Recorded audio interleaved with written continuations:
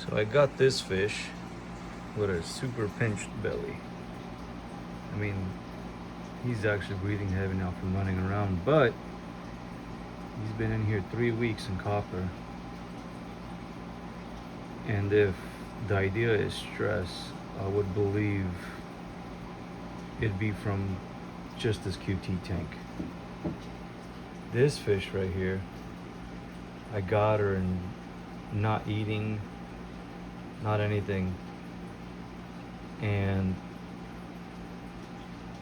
it was a mix of flukes and ick. And after a week and a half of being here, I mean, you can see her, she's super skinny compared to what she was. A week and a half of being in here, she's now, as of yesterday, started eating while in copper. So if the idea is that copper is what creates stress levels to organs or anything, I think this fish would have been dead.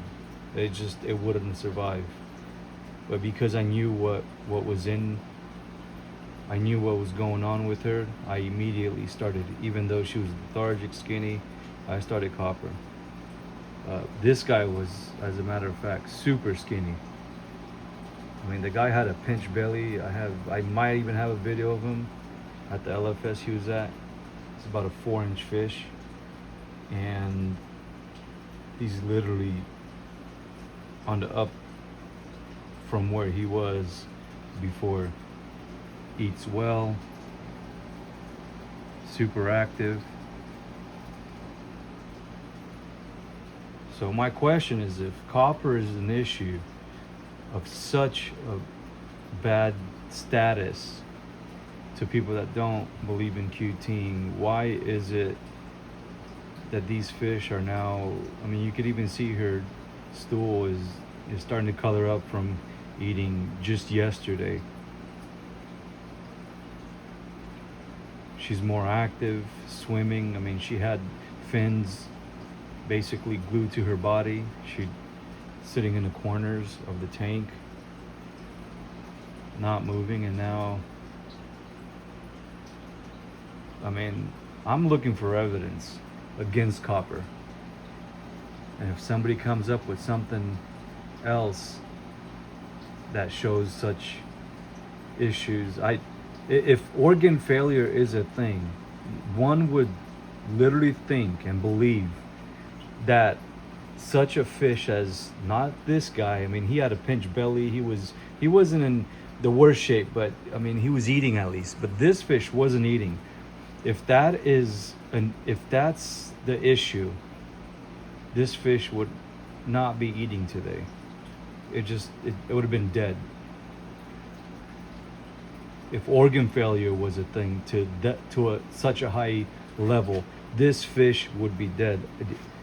I mean, I don't know how else to put it, aside from, I think we're making this a bigger problem than it is, and that copper and literally solves more issues than it creates, if done properly. Again, everything has to be maintained. I mean, I'm not going to tell people to dose phosphate E, a whole bottle into your tank, because yeah, that's going to drop your phosphates, but this guy ain't going to do well. They're definitely not going to do well. My two other ones they show signs of stress, signs of things on their skin that shouldn't be there. Now they're healing up after I stopped dosing, and I dosed at the literal bare minimum of what's required for that stuff to work. And funny thing is, it didn't even drop my phosphates in my display tank, in my 300.